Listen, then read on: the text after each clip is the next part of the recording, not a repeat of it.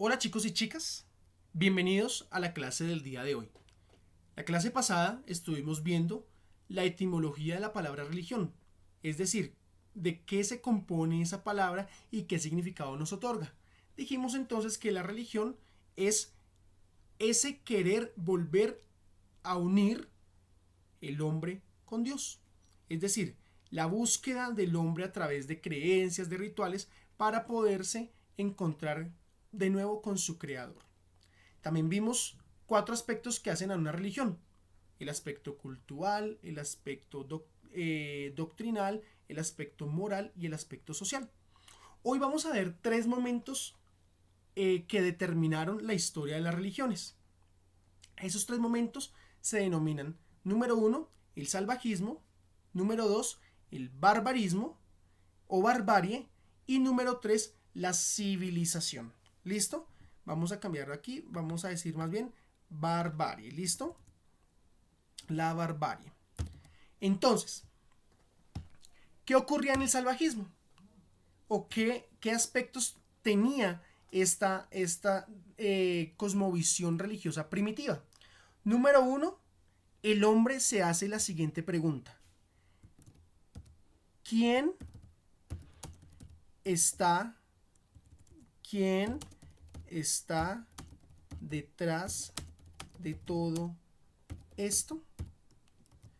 Y bueno, ¿qué características habían en ese momento histórico para que el hombre se pregunte esto? Número uno, el hombre es nómada. ¿Listo? Esas son las características. Vamos a anotar acá. Número uno, el hombre es nómada. Es decir, el hombre tiene como morada a la naturaleza.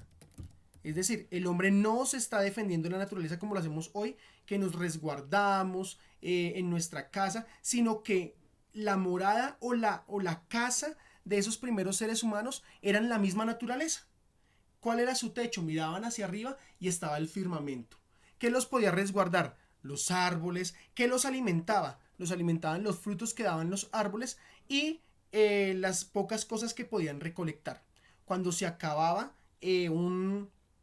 el alimento en un lugar, pues ellos simplemente se movían hacia otro. Bueno, ¿qué otra característica había en este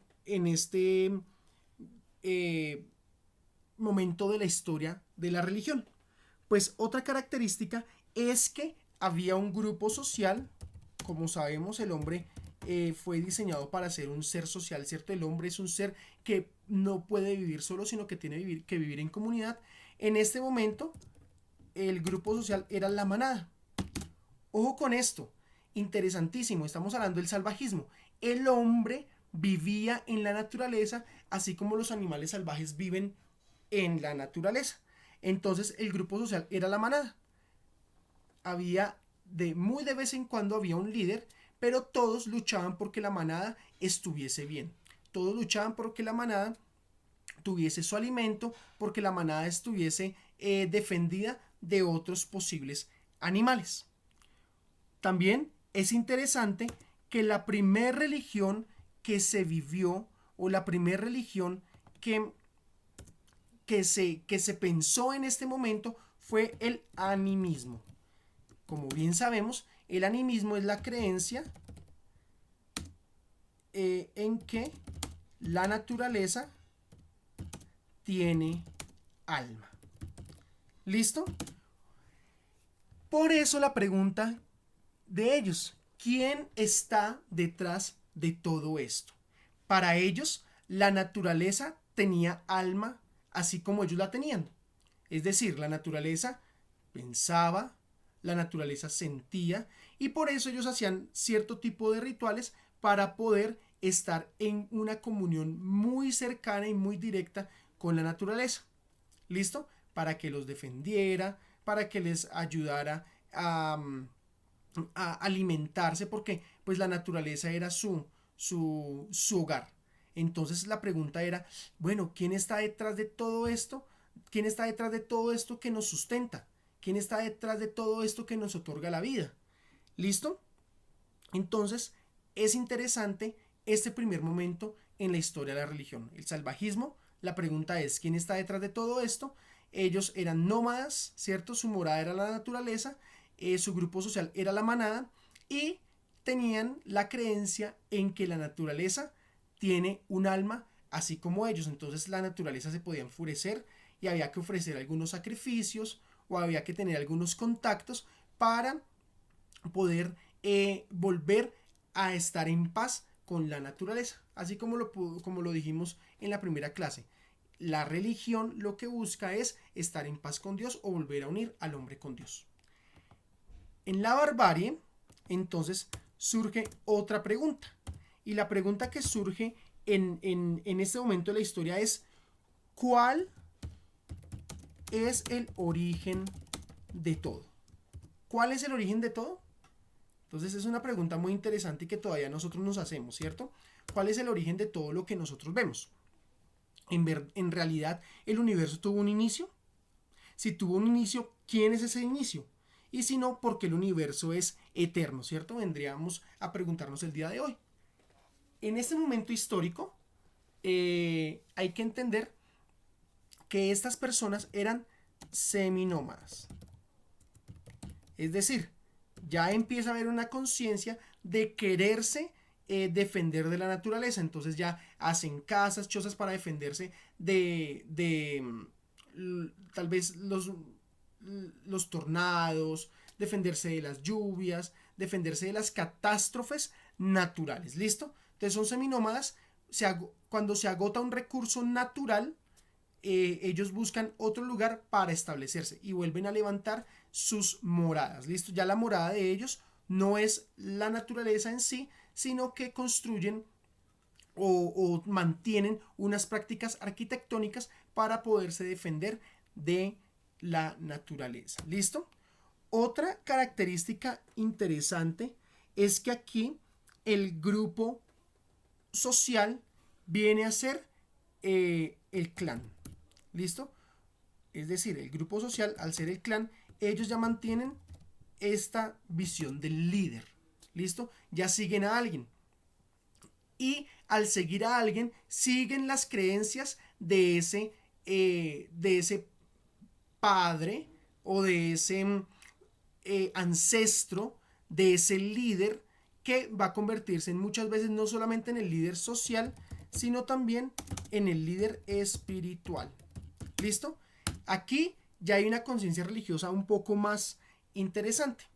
Al ver esa cualidad del líder y al entender que ellos están en un grupo social y que deben tener unas prácticas comunes y unas creencias comunes, ellos comienzan a ver su religión de una manera politeísta. Entonces aparece el politeísmo. ¿Listo? Este politeísmo es la creencia en varios dioses. ¿Listo? La creencia en varios dioses. Bueno, aquí aparecen los primeros antropomorfismos. Es decir, aparecen las primeras esculturas, los primeros templos que hacen referencia a los dioses. ¿Listo? Y por último, bueno, hay que resaltar que este líder social que es escogido para dar, o es escogido como quien tiene el poder, muchas veces es escogido por los dioses. Entonces es interesante ver cómo ellos creían que el poder lo otorgaban los dioses. Por último está la civilización. Entonces aquí la pregunta es, ¿por qué estoy aquí? ¿Listo? Y la segunda pregunta viene a ser, ¿quién es Dios? ¿Listo? ¿Quién es Dios? Aquí las características de este grupo, pues las conocemos muy bien. Ya no son nómadas, ¿cierto? Sino que son sedentarios. ¿Listo? Entonces ya se establecen en un lugar determinado y tratan de explotar al máximo los recursos naturales. Esta palabra sedentarios también se puede conocer con la palabra chivitas en griego y, en latín, y esta palabra chivita significa ciudad. ya establecen la ciudad. Y miren lo interesante, al establecerse una ciudad, ellos ya al ver la organización de la civilización se dan cuenta que sería un caos creer en muchos dioses y pues consideran entonces como último eh, pensamiento religioso que es el monoteísmo. Consideran el monoteísmo como su último pensamiento religioso porque van a decir o van a creer en un solo Dios. ¿Listo? Por eso aquí la pregunta es, ¿quién es Dios? ¿Qué características determinan a Dios y por qué lo hacen diferente o por qué es diferente a nosotros? ¿Qué lo hace diferente a nosotros? Y ahora, si Dios existe, si hay un único Dios, ¿por qué existimos nosotros? ¿Para qué estamos aquí?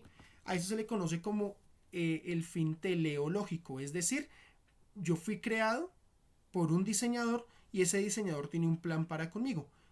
Tengo un propósito aquí en este mundo, es decir, fui diseñado para algo. ¿Listo, chicos? Espero que les haya gustado la clase del día de hoy. Vamos entonces a comenzar la siguiente clase con lo que es la religión egipcia. Dios los bendiga a cada uno de ustedes.